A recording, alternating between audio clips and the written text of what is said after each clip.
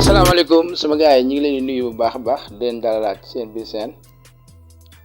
si la Ndaanaan Techno muy seen bi jóg ngir tasaare lépp lu jëm ci wàllum technologie ci làkk wolof jërë ngeen jëf.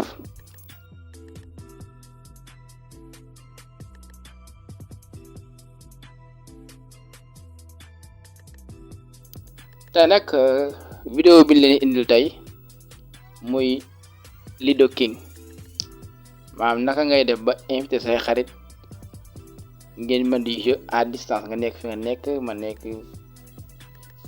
fu sori nga nekk fu sori ñuy jouer en ligne te kenn duñ gisante ak sa morom. ñu bari dañoo yor Lido King mais dañuy bëgg jouer mais xamuñ naka la ñuy jouer ak seeni xarit loolu leen bëgg woon tey comme que ci koor gi la nekk te parfois tamit day baax ngay toog waaw wéet di jouer ak say xarit xam nga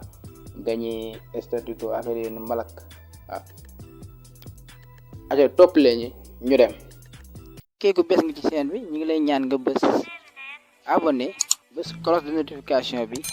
bës like ngir di mën a am bépp vidéo bi jàll ci chaîne bi merci. waaw pour loolu da ngay fekkee amagoo Lido King da ngay dem ci sa App Store wala sa Play Store nga bind Lido King soo ko bindee comme nii nga télécharge man télécharge naa ko ba noppi léegi mu bës jouer ouvrir quoi léegi su ma ko ouvrir ba pare nga xaar ko mu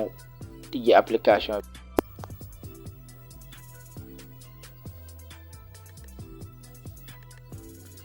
waa léegi soo ñëwee bu la neexee nga lié ko ak sa Facebook bu la neexee nga lié ak sa compte Google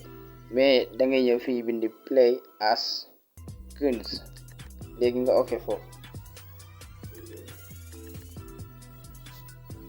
léegi boo ok fii dafa lay laaj pour nga bind sa tur ci kaw xam nga lii la ci bind léegi da ngay effacer nga def nii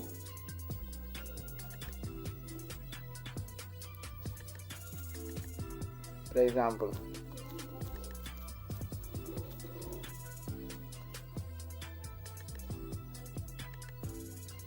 ma def si la Ndaanaan léegi nga bës plus bi ci kaw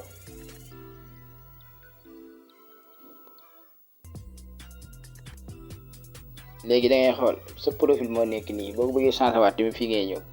léegi fii mooy play online computer with friend pass in yëpp bu bëggee jouer ak say kii boo bëggee jouer ak ordinateur nga xam ne yéen ñaar donc boo bëggee jouer ak kii nii comme ngeen toog ngeen jouer boo bëggee jouer ak sa xarit en ligne bi woñ tax a jóg tey mooy boo bëggee jouer en ligne léegi da ngay bës fii léegi boo bësee fii bu fekkee yow yaa bëgg a joxe sa code maanaam par exemple da ngaa bëgg a estater sa code man ma jël ko dara koy dugal sama kii ñu jouer nga xam ne yaa bëgg a créer sa code da nga ñëw fi ñu bind créate bi fi mu taxaw léegi boo ci ñëwee nga bës next léegi boo bësee next après da nga ñëw fi ñu bind créate room léegi fii ñu nga code bi la ma choisir code bi waaw code bi la ma choisir rek code baa ngi nii léegi boo defee code bi nag